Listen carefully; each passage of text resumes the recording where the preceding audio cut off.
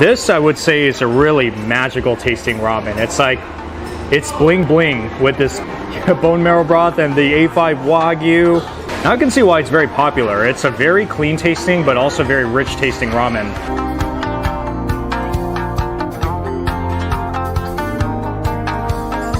Hey guys, welcome back to my channel. This is Steve from Rockstar Eater coming to you with another rockin' episode. And today I am out here in Koreatown on Western Avenue because I'm gonna be checking out another rockin' spot today. I am here at a ramen restaurant, but this isn't any ordinary ramen shop. This restaurant, according to Yelp, has the most 5-star ratings of any ramen restaurant, Saikai Ramen. So if you guys want to see what the highest rated ramen restaurant looks like in LA, then you've come to the right episode. So stick all the way to the end so that you can see this amazing ramen that I'm about to have here at this highly rated restaurant. And also, if you're new to this channel, take a moment right now to hit that subscribe button as well as the notification bell because I post these food and travel videos weekly you don't want to miss out on. And I'm here for the late lunch hour, but it's always a good time to get some good, highly rated food.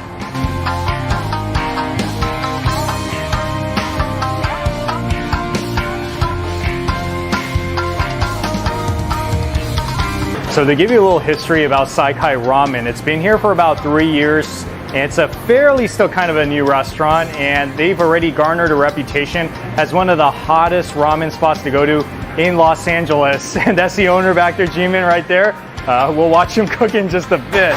So yeah, they are not just ramen, but I noticed that they have other items on the menu as well. So I can tell it's a very chef-driven type of restaurant, and it's kind of izakaya style as well, which is going to develop more in the next few weeks. But all high quality ingredients, local ingredients, all that good stuff. So very excited to check out their awesome menu. Chicken karaage. Karaage, yep. Classic. Yes. Oh yeah. Basically you just batter it up and fry it. Which one is this on the menu? This is tonkotsu. The tonkotsu. The famous tonkotsu. Yeah, that broth it's thin, but it looks so creamy and smooth at the same time. So clean. Once the noodles goes in, and just kind of give it a little bit of a stir before all the toppings go on top. Here's a skirt steak. It's one of their popular appetizers. And the special chimichurri sauce that goes with it. They use a minari in this one. That's a very unique way of making a chimichurri. Sauce goes over it, very nice. Oh, this looks like a delicious Argentinian style steak dish. I love it, and I love the plate too. Oh yeah, look at that torching action on the pork chashu in this tonkotsu ramen. Yes, this is an open kitchen where they're making all the ramen and plus all the various appetizers, izakaya style. Back here, I'm so impressed that with such a small space they can make so many impressive dishes. That's why I can't wait to try this food in just a bit.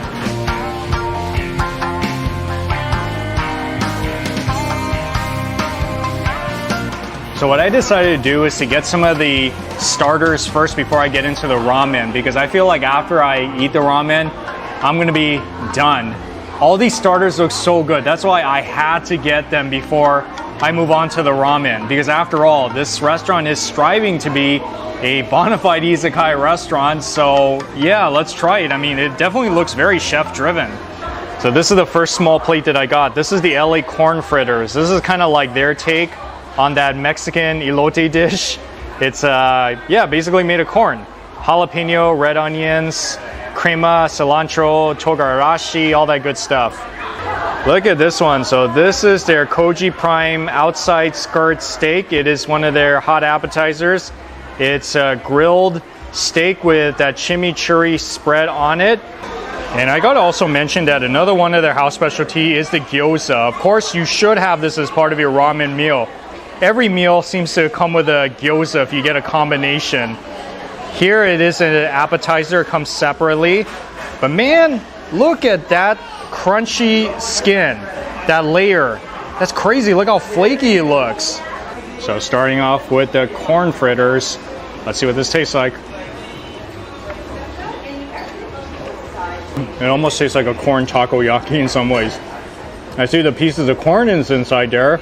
But if you love corn, especially fried corn, this is your dish right here. First time I've ever had anything like this before. But I like it though.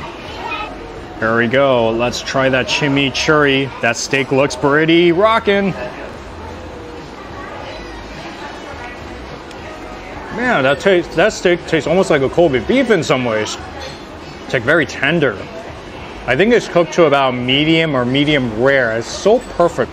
I like that chimichurri sauce. It tastes familiar, but it tastes so different at the same time because they used a minari inside instead.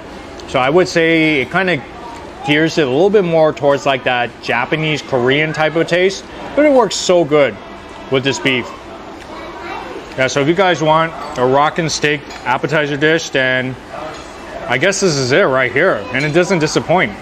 Gonna get a lot of sauce with this one. I love how the skin is really just sticking out like a cracker. Now this tastes like a very traditional gyoza with the pork and the veggie fillings. I like it. It's a very solid gyoza. And you should definitely order it if you love gyoza because it always works perfectly with ramen. Look at this bento box. Like they got everything in here from the chicken karaage to seasonal salad and seasonal fruits. This comes from the farmer's market every day, so these fruits are always going to differ, but should be very good. And then also the shrimp katsu sando itself. Oh yeah, look at these white shrimp in there. It's so huge with the cabbage as well as the yuzu tartar sauce. I came here for the ramen, but I cannot miss out on this bento box because this is one of the highlights of this restaurant. It really looks like something out of a fine Japanese restaurant. Ooh. It's not one of those foods that you should just ignore if it's part of your bento box. That is some quality salad. It just tastes fresh and that dressing is incredibly flavorful. Now these fruits you cannot miss out on because I heard that they are picked from the farmer's market. Watermelon is so bomb. That kiwi is so sweet. I love it. I feel like if this whole bento box were made of assorted fresh seasonal vegetables and fruits, I could really enjoy it. But I also have to enjoy my chicken as well, so just this karaage chicken. Oh yeah. Top outside, the batter is crispy, of course. You know, it's supposed to be crispy. That meat, really, wow. It's as soft as a pillow. They do have this karaage as an appetizer as well, so it doesn't just come in this bento box. You can order it separately, so just letting you know. So here we go with this big one. Oh yeah, the shrimp katsu sandwich right here. Show stealer from what it looks like. They don't play around. They actually use really big shrimp in the sandwich. Crispy, because obviously it's a katsu. Sandwich is fluffy. This is such a delicious sandwich. It feels good when you eat into it. Overall, good job. I mean, this whole bento box is so enjoyable in so many ways. You got everything from the salad to the fruits to the fried chicken appetizer to the sandwich. What more could you want? So I am ending it off with these two ramens, which is two of the most popular ramens you'll find on the menu. So to the left, this is called the masamen, which has no broth, just noodles mixed around with a spicy ground pork, chive, seaweed strips, fish powder, cucumber, and this cured egg that they said they cured it in mirin and sake, which is why it's still so circular like that. Have you ever seen anything like that before? Oh yeah, this is their house specialty. You're not going to really find this in too many other places. This is the gyukotsu, which is 36-hour beef bone marrow broth. You heard me right, bone marrow broth. Yes, you see that the strips of meat in there? That is real Miyazaki A5 beef, Japanese beef. That is so fancy elevated. Yikes. Man, that broth, it looks so creamy. It's like milky creamy. Oh, yeah. That is like creamy, silky, smooth. It tastes just like bone marrow. Not too salty either. Oh, man. That's like a nice umami flavor in it.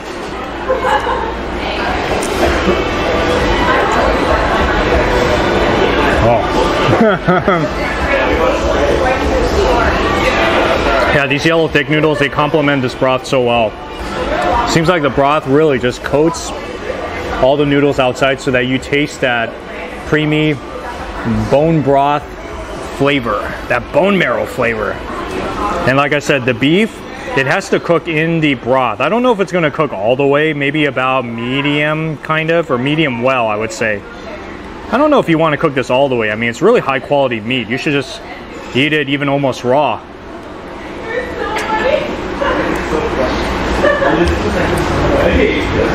Yep, that's Miyazaki beef right there.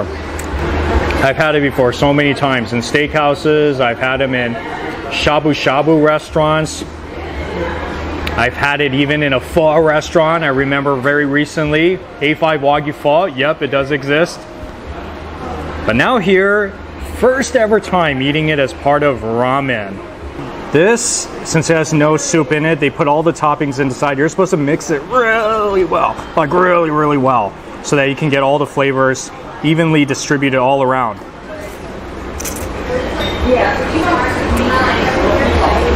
That ground pork is amazing. And I noticed that it's kind of sweet too. I think this seaweed inside gives it a little bit of that ocean-y kind of a sweet flavor. But all around, a very good combination of flavors and ingredients. Yeah.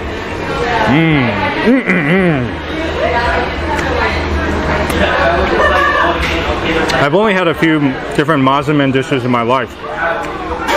This one is definitely one of the top ones I've had. There was no dishes here I didn't like.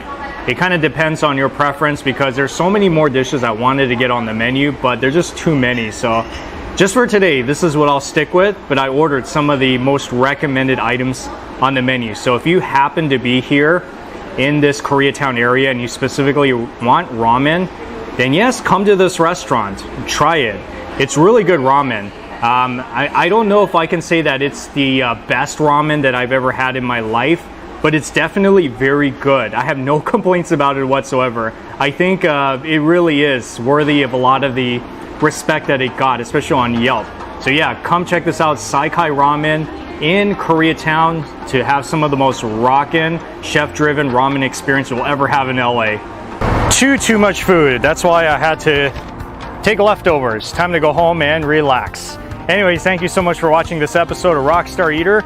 If you enjoy what I'm doing here on the show, give me a thumbs up and also comment on the section below. If you've been here before, I'd love to hear your story. What do you think of Saikai Ramen?